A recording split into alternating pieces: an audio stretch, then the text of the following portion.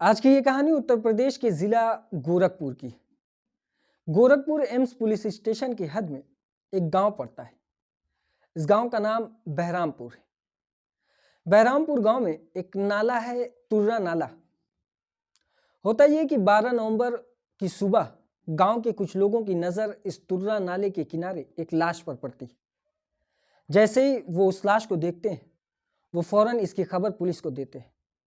AIIMS थाने की police उस जगह पर पहुंचती और तफ्तीश में जुट जाती। शुरुआती नज़र में पुलिस जब उस लाश को देखती तो उन्हें यह समझ में आता है कि इस व्यक्ति की हत्या इसके सर को कुचल कर की गई, क्योंकि जो लाश थी वो एक मर्द की थी और इसकी उम्र करीब 34 से 35 साल के आसपास थी और उसके सर को कुचला गया था।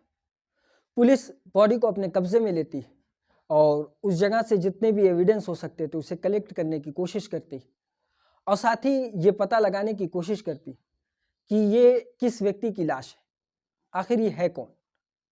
जब पुलिस की टीम इसकी जानकारी जुटाने में लगती है, तभी एक परिवार एम्स थाने में पहुंचता है, लाश को दिखाने के लिए कहता है। जब पुलिस के द्वारा उस लाश को उसे दिखाया जाता है तो वो उसकी पहचान अपने बेटे के तौर पर करते हैं और ये व्यक्ति उस गांव के बगल के गांव का पूर्व बीडीसी था। पुलिस अब ये जान चुकी थी कि ये लाश किसकी है। अब परिवार के लोगों का बयान नोट कराया जाता है। उनसे ये पूछा जाता है कि आखिर आपको क्या लगता है कि किसने आपकी बेटे की हत्या की, जिस पे परिवार के लोग इस बात से इनकार करते हैं कि उन्हें इसका अंदाज़ा नहीं और उनकी किसी के साथ कोई दुश्मनी भी नहीं और ना ही उनके बेटे की किसी के साथ दुश्मनी। पुलिस उनके बयान को नोट करती है और इस केस की तफ्तीश आगे बढ़ाती है। तफ्तीश में जब पुलिस की टीम गांव के लोगों से पूछताछ करती है तो गांव के लोगों का बयान परिवार के लोगों के बयान से काफ़ी अलग था। परिवार के लोग ये बात कहते थे कि उनके बेटे और ना ही उनके परिवार के किसी के साथ दुश्मनी, जबकि गांव के कुछ लोगों का बयान इस तरीके से था कि उसकी दुश्मनी गांव के बहुत से लोगों के साथ है। और पुलिस अब ये जानने की कोशिश कर रही थी कि आखिर किसके साथ इस किस्म की दुश्मनी जो इस व्यक्ति की हत्या कर दे। इस व्यक्ति का नाम विपिन पासवान था। विपिन पासवान के जो पिता थे उनका नाम दीनानाथ पासवान था। दीनानाथ पासवान और जो उसके परिवार के सदस्य थे उनसे पूछताछ में कुछ और मामला निकला और गांव के लोगों की बात कुछ और थी, जिसके बाद पुलिस की टीम ये तफ्तीश करती है कि गांव में कौन ऐसा हो सकता है जो विपिन पासवान की हत्या करते। इस तफ्तीश में पुलिस को कुछ खास कामयाबी नहीं मिलती। गांव के जितने भी लोगों के ऊपर पुलिस को शक था, पुलिस उनसे पूछताछ करती, उनके बारे में जानकारी निकालती, लेकिन इन तमाम तफ्तीशों के बावजूद पुलिस के हाथ कुछ नहीं लगता। अब पुलिस ये फैसला करती है कि वो टेक्निकल इन्वेस्टिगेशन की ओर जाएगी। इसके चलते पुलिस मौके वारदात से जहां से वो बॉडी मिली थी उसके आसपास के जो मोबाइल थे, जो डंप डाटा थे, उसकी निगरानी करती है और साथ ही परिवार के और गांव के कुछ लोगों के मोबाइल का सीडीआर निकालती है। जब पुलिस की टीम लोगों के सीडीआर को चेक करती है, कॉल डिटेल रिकॉर्ड्स को, तो उसमें एक नंबर था जो संदिग्ध नजर आ रहा था। वो नंबर किसी और का नहीं बल्कि इसी विपिन पासवान के पिता दीनानाथ पासवान का था। पुलिस को अब ये लग रहा था कि शायद हो सकता है कि विपिन पासवान की हत्या में कोई और नहीं बल्कि पिता दीनानाथ पासवान ही, जिसके चलते अब पुलिस ये फैसला करती है कि वो दीनानाथ पासवान से दोबारा से पूछताछ करेगी।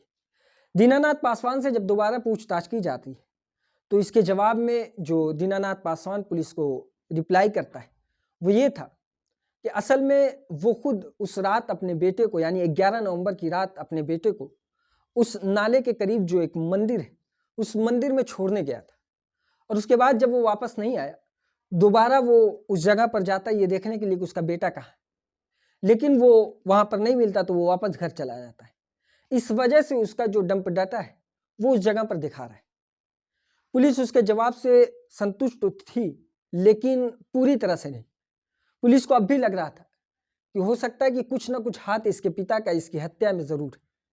इसके चलते पुलिस और निगरानी रखती है, उसके ऊपर नजर रखती है, ये देखने के लिए कि ये कुछ इस तरीके की अगर एक्टिविटीज करता है जिससे ये साबित हो कि इसका कुछ लेना देना उसमें, तो इससे दोबारा सख्ती से पूछताछ की जाएगी। इसलिए पुलिस अपने एक स्टाफ को उसके ऊपर लगाती है नज़र रखने के लिए और उसकी गतिविधि पर नज़र रखती है। और साथ ही जब बॉडी को पोस्टमार्टम के लिए भेजा जा रहा था, उस वक्त पिता के साथ साथ जो परिवार के लोग थे वो लाश का पोस्टमार्टम करने से इनकार कर रहे थे। यानी वो ये पुलिस से अनुरोध कर रहे थे कि उनके बेटे का पोस्टमार्टम ना कराया जाए, उन्हें बॉडी सौंप दी जाए। जिस वक्त पुलिस को सबसे पहले पिता दीनानाथ पासवान के ऊपर शक होता है, उसके बाद जब डंप डाटा निकलता है तो उसमें जो निकल कर सामने आता है उससे और हो जाता है। अब इसी के चलते पुलिस दूसरी तरफ जो इन्वेस्टिगेशन कर रही थी लोगों के ऊपर, वहां से हटकर ये फैसला करती कि अब वो दीनानाथ पासवान के ही ऊपर काफ़ी नज़र रखेगी और उसकी एक्टिविटीज़ पर ध्यान देगी। अगर कुछ ऐसा दिखेगा तो फिर उससे दोबारा से पूछताछ की जाएगी। इसी के चलते पुलिस को उसकी कुछ ऐसी एक्टिविटीज़ नज़र आती जिससे पुलिस का शक यकीन में बदलने लगता है और दोबारा से दीनानाथ पासवान को गिरफ्तार किया जाता है, डिटेन किया जाता है और उससे पूछताछ की जाती है। अब जब तीसरी मरतबा दीनानाथ पासवान से पूछताछ की जा रही थी, इस पूछताछ में दीनानाथ पासवान टूट जाता है क्योंकि पुलिस एक ट्रिक आजमाती है और वो ट्रिक ये होती है कि पुलिस के मुताबिक दीनानाथ पासवान से कहा जाता है कि तुम्हारे बेटे ने अपनी मौत से पहले गांव के एक व्यक्ति को कुछ बातें बताई थी और वो ये शक जाहिर कर रहा था कि उसके पिता उसकी हत्या कर देंगे। जब दीनानाथ पासवान ये सुनता है तो उसे ये महसूस होता है कि शायद पुलिस की टीम सच बोल रही है।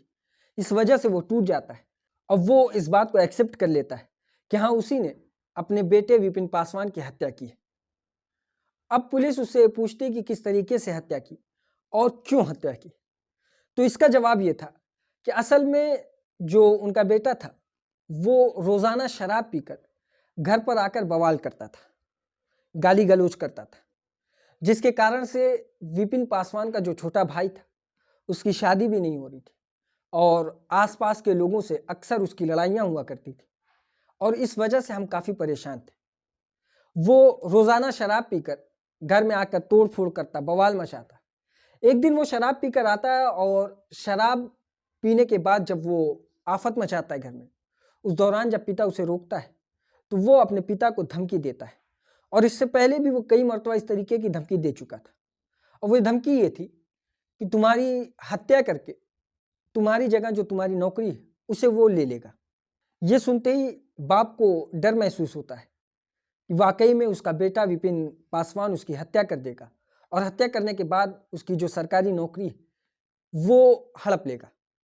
असल में दीनानाथ पासवान एक कॉलेज में 4th ग्रेड की सरकारी नौकरी पर थे और इसी के चलते वो अक्सर अपने बेटे से ये धमकी सुनते थे कि उसकी हत्या करने के बाद वो उस नौकरी को हथिया लेगा।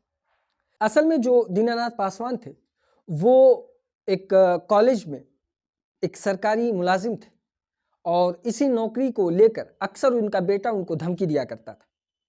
उस रात भी वो अपने बाप को ये धमकी देता है, जिसके बाद बाप ये फैसला करता है कि वो अपने बेटे की हत्या कर देगा, जिसके लिए सबसे पहले वो अपने बेटे को मंदिर ले जाने की बात करता है और अपने साथ उसी नाले के करीब एक मंदिर थी, उस मंदिर में लेकर जाता है और उसके बाद उस नाले की पुल पर बैठालता उसे।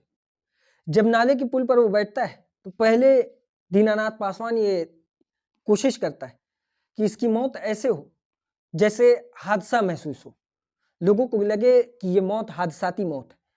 इसके लिए उसने सबसे पहले पुल से अपने बेटे को धक्का दिया, जिसके बाद बेटा नीचे गिरता है, उसके सर पर पत्थर लगता है, लेकिन पत्थर लगने के बाद बेटा मरता नहीं बल्कि चीखने चिल्लाने लगता है, जिसके बाद उसे ये लगता है कि बेटा अगर बच जाएगा तो वो पकड़ा जाएगा। इसके लिए उसने सबसे पहले नीचे उस नाले में उतरा और उतरने के बाद ईंटे से और छेनी से अपने बेटे के सर पर वार करता है, जिस वार के कारण उसके बेटे की मौत हो जाती है। जब बेटे की मौत हो जाती है तो लाश को वहीं पर छोड़कर वो वापस अपने घर आता है और घर आने के बाद फिर वो पूरी रात गुजारता है और ये इंतज़ार करता है कि सुबह जब लोगों की नज़र उस पर पड़ेगी तो क्या रिएक्शन निकल कर आता है, वो उसे देखना था। और होता भी वही है। 12 नवंबर की सुबह जब लोगों की नज़र पड़ती तो पुलिस की टीम को इन्फॉर्म करते और पुलिस उस लाश को बरामद करती। जिसके बाद तफ्तीश में आगे ये निकल कर सामने आता है कि हत्यारा कोई और नहीं बल्कि उसी विपिन पासवान के पिता दीनानाथ पासवान का हाथ इस हत्या में था। जिसके बाद दीनानाथ पासवान को गिरफ्तार किया जाता है, उन्हें जेल भेज दिया जाता है। ये थी आज की कहानी। इसी तरह की और कहानी सुनने के लिए हमारी इस वीडियो को लाइक करें, हमारे चैनल को सब्सक्राइब करें और बेल आइकन को जरूर दबाएं।